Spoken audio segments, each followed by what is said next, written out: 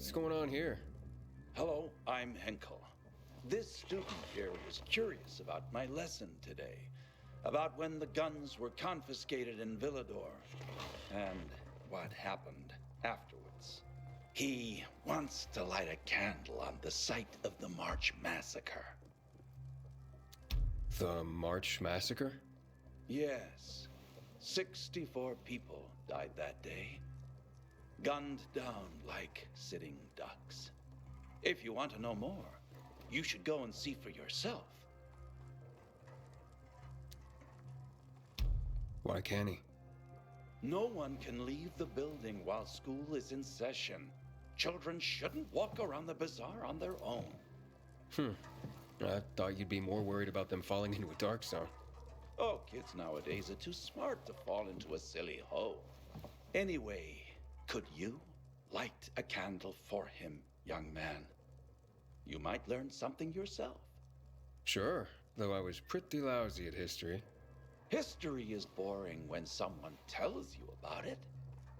It starts being fascinating when you can touch it. Touch it? Yes, take this candle and go to the monument of the World Art Congress. Or what's left of it.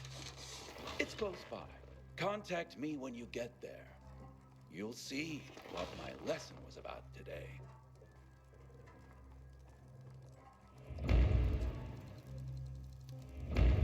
Fellas, we're in danger. You hear that? What's this? You guys, let's take this sucker and calibrate.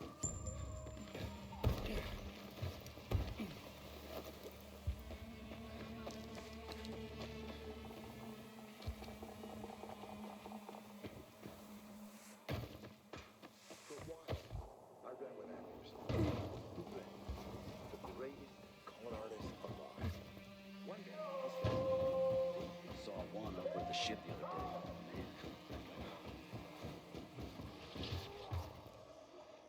Man.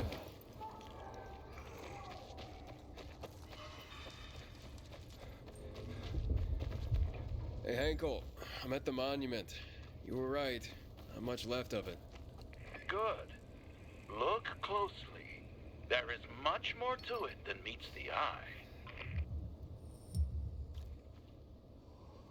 There's a plaque here. Oof, a lot of names on it. Are those the victims of a massacre? Yes, 64 names.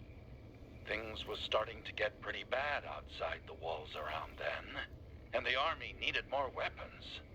So they confiscated the civilians' weapons. Private ownership of any sort of firearm and its ammunition was forbidden thereafter.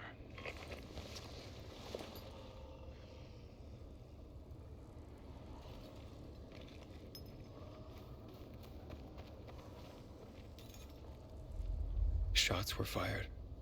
The army started shooting at people. Panic broke out. And of course, things only got worse. The riots escalated. It was the beginning of the end.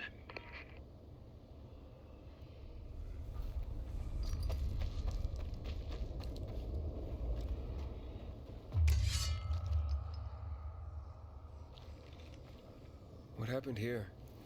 That is where the riots started. People were terrified. How could they protect themselves and their families? There was massive unrest. So, a curfew was put in place, and homes were raided to ensure no one was hiding any weapons. Punishment for those who didn't comply was quite severe. Light the candle. So you're saying that Pratt made a bad call, taking people's guns away? Hard to know for sure, but it didn't end well for anyone. In fact, the main irony is that the army soon ran out of ammunition.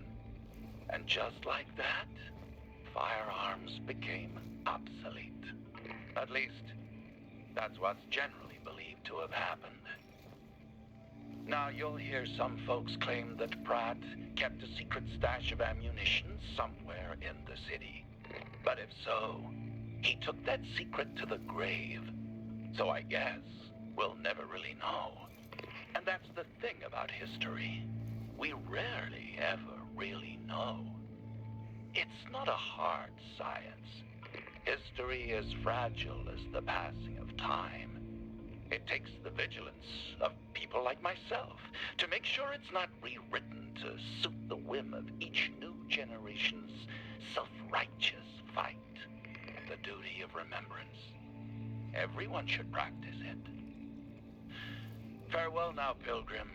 I hope this little trip down memory lane has illuminated your path.